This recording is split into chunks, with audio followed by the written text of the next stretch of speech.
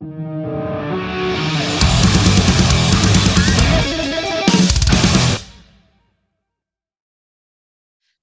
thanks for joining us on the show. It's good to see you. How is everybody? Good. Yeah, fantastic. Really good. Excellent. Good. Just Excellent. On a Sunday night. Full of glitches and whatever. got a cup of tea. Nice. Nice. I've got a couple of Dinner? minutes. What are you drinking? It's empty, I've just realized. Oh, that's no good. Yeah, while you're waiting for my computer to work. Well, of course, the year is almost over, and I don't know about you guys, but it's been a weird, wild ride this 2023. How's it been for you as a band, reflecting on all of it and your journey, and where's it led to? I'll start. We're going to do the hand raise thing just to make it easier for the audio. It's been good in a way because we had planned on taking most of this year off to finish writing. So we spent the majority of this year writing a new EP. The singles that have been released were already recorded and ready to go. So last year, so all we had to do was focus on our live sound, getting a new live rig, getting the 2 new songs out, and getting just like video clips and assets and stuff together. So that was us. Anybody else? No, I think that pretty much sums it up. We did some shows, got a chance to kind of air out some of the new stuff we were writing, see how it goes, and be able to make some changes on that, which was nice. And kind of take a different approach to things like the tuning and stuff like that we've been doing. So it's been a good year to kind of trial and error in a sense. But yeah, a good majority of everything has, just been writing. So that's good. And No. what about you, man? Down This year's been a bit different for me to the other guys because I joined the band at the start of the year in February, and Damaged and Martyr were already done. So I was sort of coming in at that point. So for me, it was sort of learning some new material and then getting to work with Luke and Mish to write some of the new stuff that we've got now. Because all the material that we're playing live is all new. Because Luke and Mish are both absolute songwriting powerhouses. So it's just great to work with those guys, and yeah, it's been fun. So how was it learning that material? Did you learn the old material as well? Some of it, yeah. Stuff? Just because when I had an audition with those guys, I wasn't quite sure what they were going to ask me to play, so I did learn a couple of the older songs as well. But yeah. So for the Damaged clip, because obviously the drums are very visual, I had to learn exactly what was being played in that song. But when we do them live, there's a couple of changes, personality choices that get thrown in there that are a little different, but for the most part it's the same. And of course, how did you come to join the band? How did you meet these guys? I was sitting watching TV one day, and then I, for some reason, had this weird urge to check my band mix inbox, and then had a message from Mish in there, and Led into the DMs for him. Oh, I think we've lost him. I think we've lost him. It's looking that way. Yeah. But yeah, so I did message him, and then he was actually one of the most responsive ones that responded back, and we auditioned him with the 2 new singles that are out at the moment, because they were unreleased at the time, and also a new song, a completely new song. We're like, we really want to hear like your take on it. So go nuts. We just sent him like everything except for the drum parts for it, and yeah, he did a great job. Awesome. And you mentioned that you've written an EP, and we've gotten 2 tracks. Martyr, of course, deals with escaping from a relationship, with a narcissist. How does that tie into the rest of the EP, and what's to come, the themes that are tied into that? Fun story. Martyr and Damage are just standalone.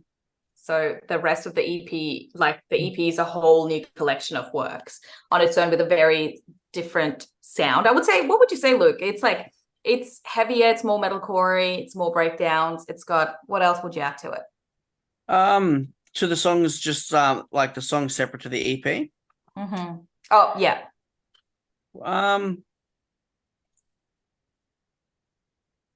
That's a tough one. I think from Martyr and Damage, where they've kind of got that alt rock metalcore style vibe, the others kind of do something similar, but they're a bit lower.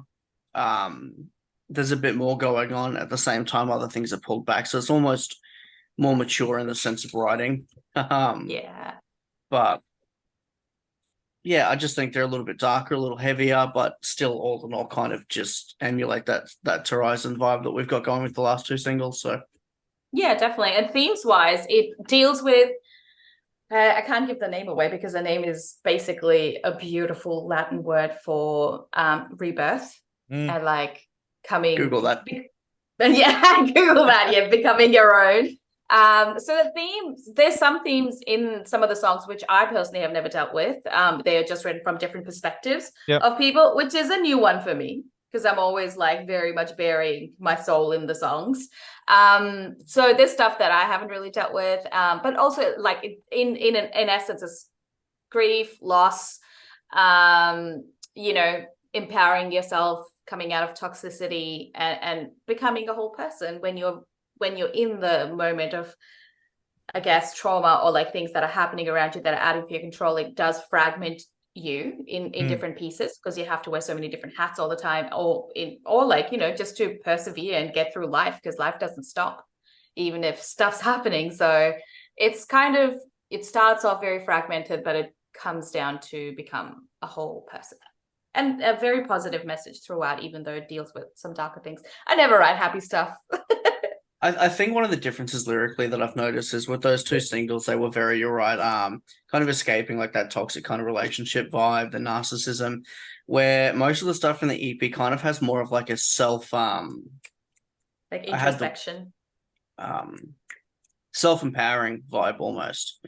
A lot of them are still very melancholy in the kind of theme, but they're very like uplifting at the same time. And I think that came from the instrumentation being the same way. Like it was heavy, dark, but also uplifting at the same time. Perfect. Well, I can't wait to hear what you guys have cooking up. And what was mixed and mastered by Chris Blancato? Is that his Blancato? Is that how you pronounce his name? Well, he's worked with Northlane and Reliqa and Vilify.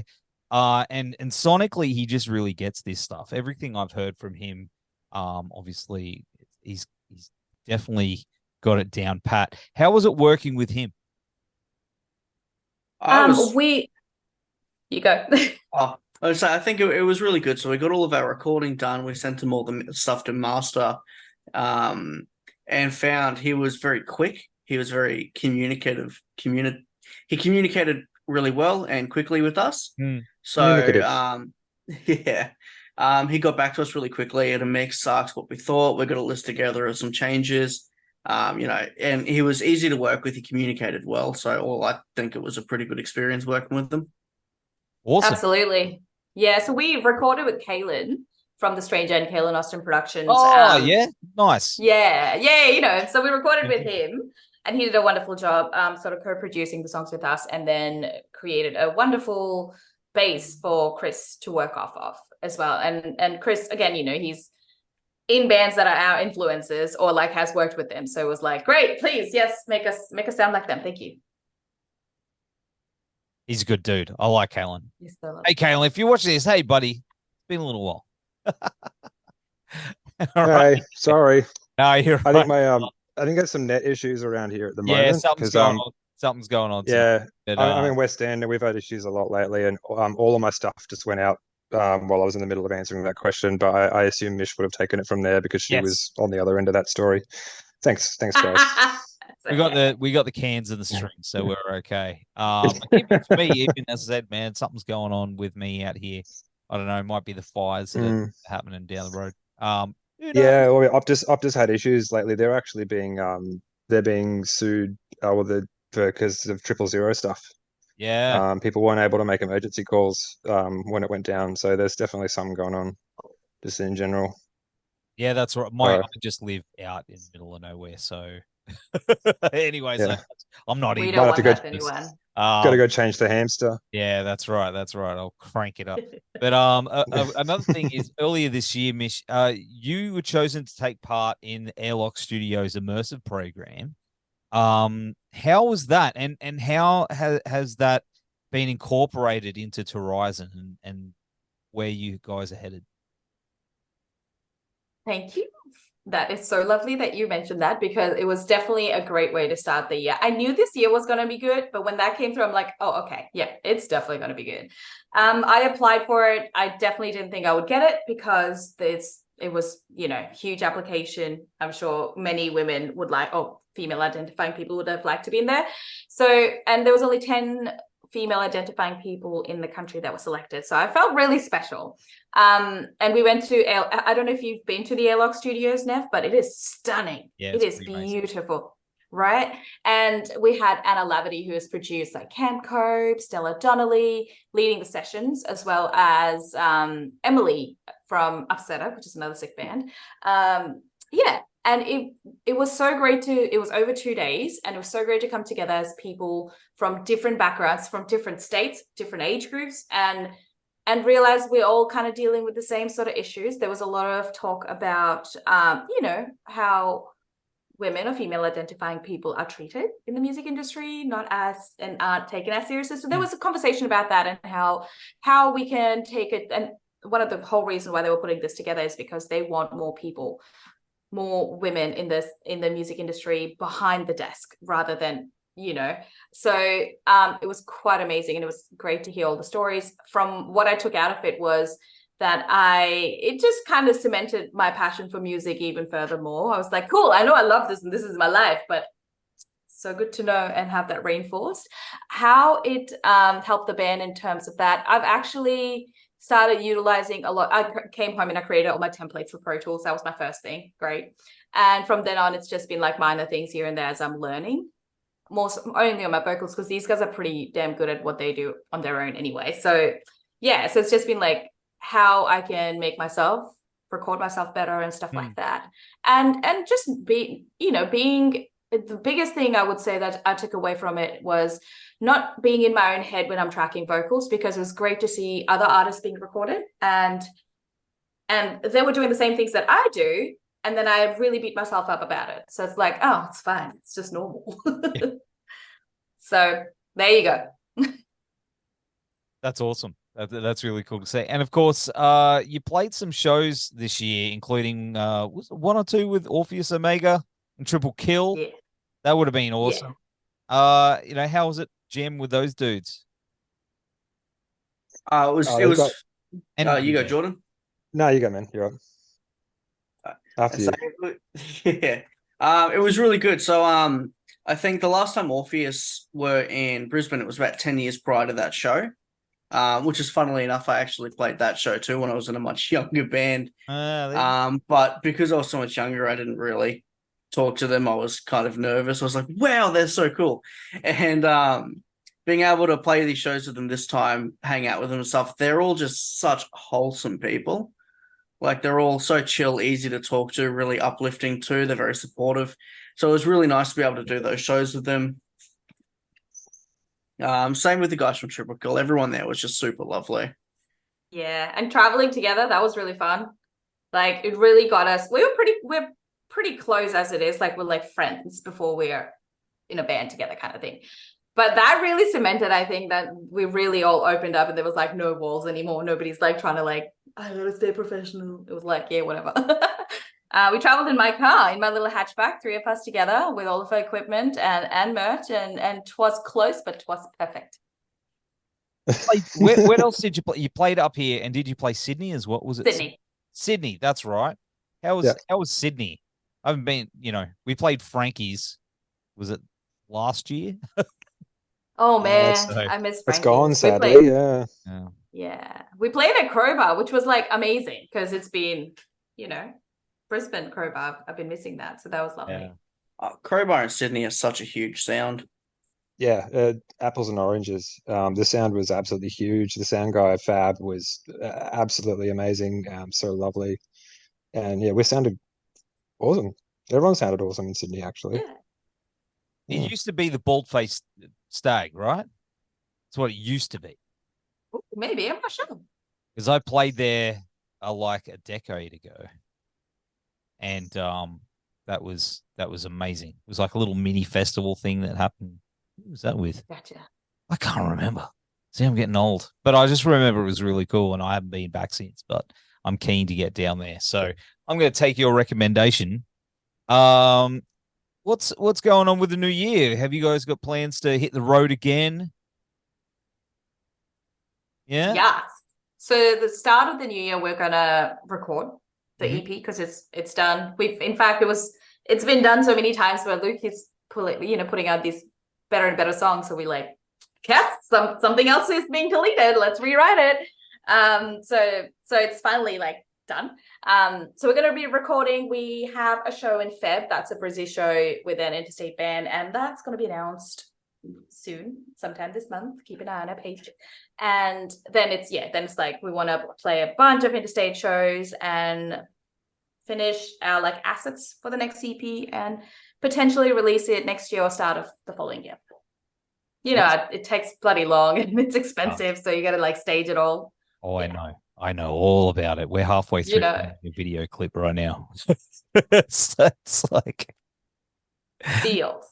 Oh, I know. In this day and age, with everything being so expensive, you're like, cool, let me just work, 70,000 hours a week. Let's do it. Yeah, that's right. That's what happens. We love it. We were filming until like 1:30 in the morning or something the other morning. It was brutal. Damn. Like, things we do for things we do for gets rough, gets to a point where you got to put that shot of espresso into your Red Bull. Yeah, that's right. That's right. Yeah. That's right. I don't know what you're talking about. I need an espresso in the morning just for the energy to make the second coffee. Yeah. No. Well, that's super. I'm still all right, man. I'm fine with the first coffee. My knees don't crack when I get out of bed yet. Mine do. Funny enough. Yeah, you're under 30, mate. That's why. Yeah. Wait till you get on the other side. You will need coffee for your knees. My everything cracks when I do anything. Mate, I feel that. I feel that. That's for sure. But hey, Torizon, thanks again for joining us on the show. We will have all the links down here in the show notes and on the website. Take care. We'll hopefully see you on the Gold Coast very, very soon again. And stay in touch. Thank you, buddy. Thanks, Appreciate Stan. it. Thanks for having us. Thanks, Love man. the Yeah, thanks for having t-shirt. us. Yeah.